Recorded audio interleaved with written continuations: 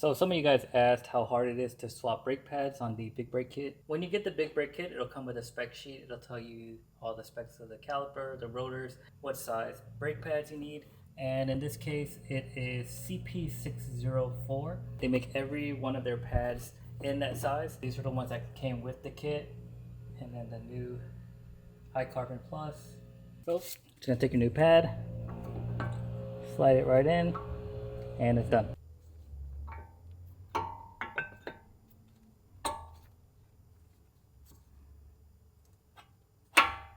Just gonna slide this through.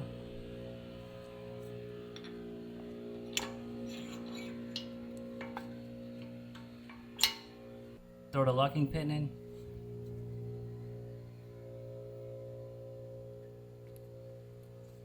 And then these just slide in on each side. And it's threaded in the back.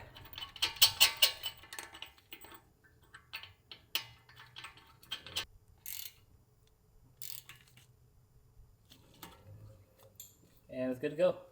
Check for any leaks, we're all good. So typically what I do is for the front, since the brakes are so huge, I jack the car up so that the tire is only about half an inch off the ground. Then I can just slide it towards me, and when it hits the ground, it's not going to touch the caliper or rotor.